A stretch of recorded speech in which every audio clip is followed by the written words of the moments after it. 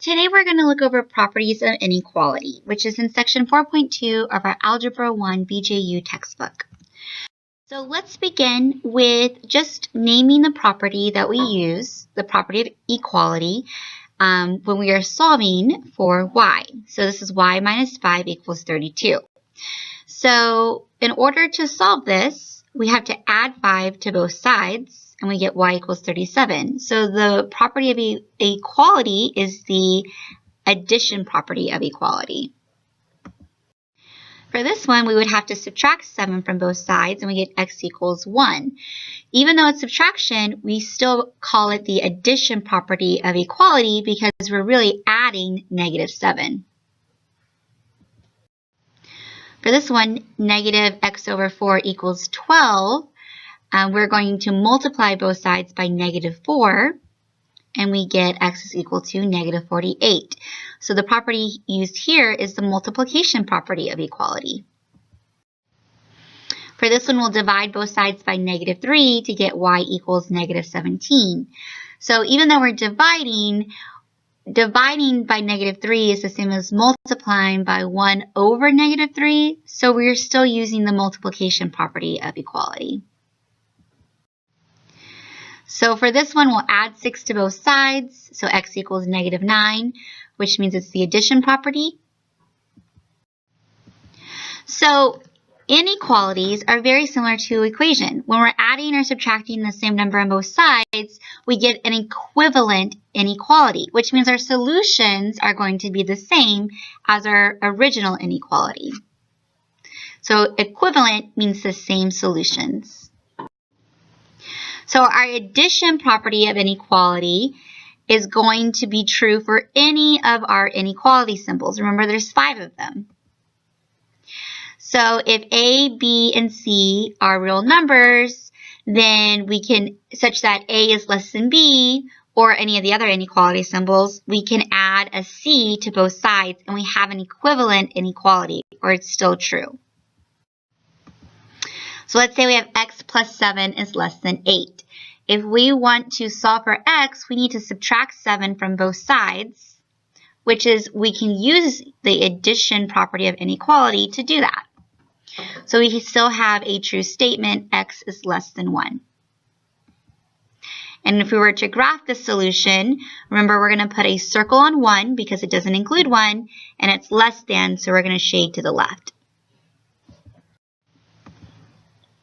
For x minus 5 is not equal to 3, we'll add 5 to both sides using our addition property of inequalities.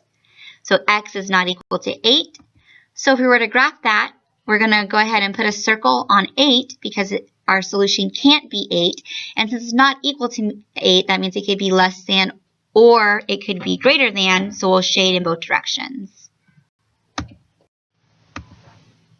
So for this one, negative 0.6 is less than or equal to x minus 0.4. We're going to add 0.4 to both sides.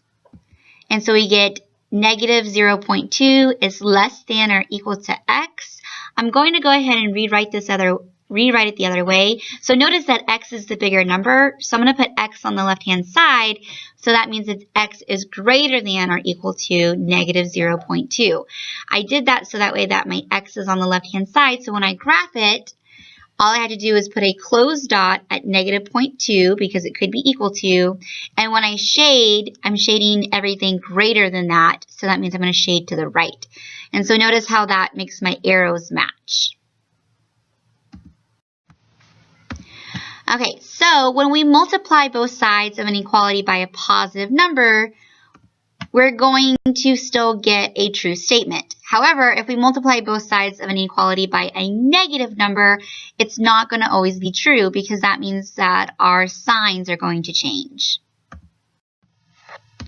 So if we have A, B, and C that are real numbers, and our C value is positive or greater than 0, then we can multiply both sides by that C value and we still have a true statement. However, if C is negative, when we multiply, we're going to have to change our symbol because our signs are going to change. So we're going to have to change our inequality. Our inequality is going to flip. So if it was less than, it's going to become greater than.